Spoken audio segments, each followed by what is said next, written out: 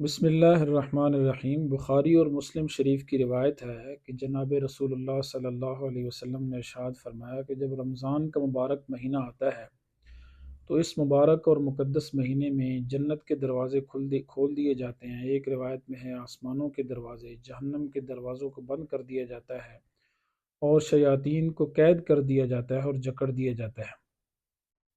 حدیث مشہور ہے، آپ نے علماء سے سنی ہوگی۔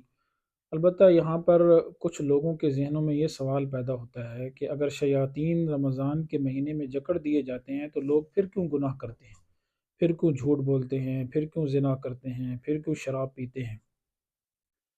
تو محترم سامعین، اس کا جواب یہ ہے کہ دیکھیں، ایک دوسری حدیث میں یہ الفاظ ہیں مرادت الجن، کہ جو سرکش شیاطین ہیں، بڑے بڑے شیاطین ہیں، ان کو جکڑ دیا جاتا ہے اور قید کر دیا جاتا ہے۔ باقی جو ان کے کارکن ہیں، چھوٹے چیلے چمچے ہیں، وہ کام چلاتے ہیں، اسی وجہ سے لوگ گناہوں میں مبتلا ہوتے ہیں۔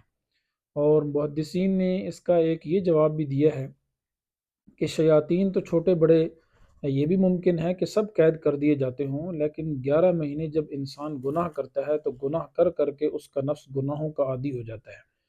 اب گناہوں کا اتنا وہ عادی ہو جاتا ہے کہ شیاطین نے نفس پر اتنی محنت کی ہے، نفس امارہ پر، کہ اب یہ نفس اس سے رمضان کے مہینے میں گناہ کروا رہا ہے۔